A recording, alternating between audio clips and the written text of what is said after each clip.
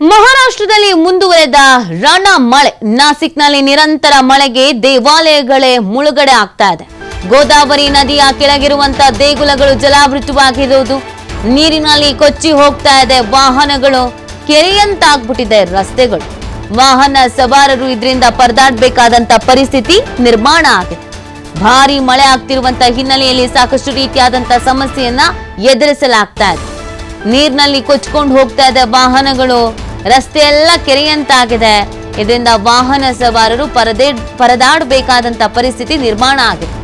ಮಹಾರಾಷ್ಟ್ರದಲ್ಲಿ ರಣ ಮಳೆ ಮುಂದುವರಿತಿರುವಂತಹ ಹಿನ್ನೆಲೆಯಲ್ಲಿ ನಾಸಿಕ್ನಲ್ಲಿ ನಿರಂತರ ಮಳೆಗೆ ದೇವಾಲಯಗಳೇ ಮುಳುಗಡೆ ಆಗ್ತಾ ಇರೋದು. ಗೋದಾವರಿ ನದಿಯ ಕೆಳಗಿರುವಂತಹ ದೇಗುಲಗಳು ಜಲಾವೃತವಾಗ್ಬಿಟ್ಟಿದೆ. ಇದರಿಂದ ವಾಹನಗಳು ಕೊಚ್ಕೊಂಡು ಹೋಗ್ತಾ ಇದೆ. ಸಾಕಷ್ಟು ಅವಾಂತರಗಳು, ಅವಘಡಗಳು ಸೃಷ್ಟಿ ಆಗ್ತಾ ಇರೋದು.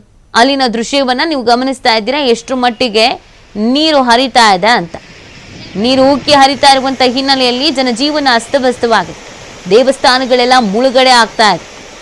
ವಾಹನ ಸವಾರರು ವಾಹನವನ್ನ ರಸ್ತೆಗೆ ಇಳಿಸೋದಕ್ಕೆ 1000 ಬಾರಿ ಯೋಚಿಸಬೇಕಾದ ಪರಿಸ್ಥಿತಿ. ಯಾಕಂದ್ರೆ ರಸ್ತೆನೇ ಕಾಣಿಸ್ತಾ ಇಲ್ಲ.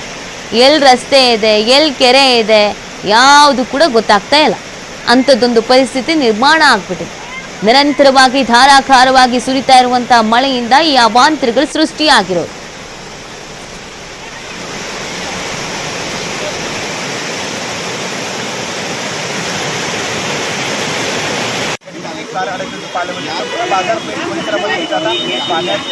पाणी आहे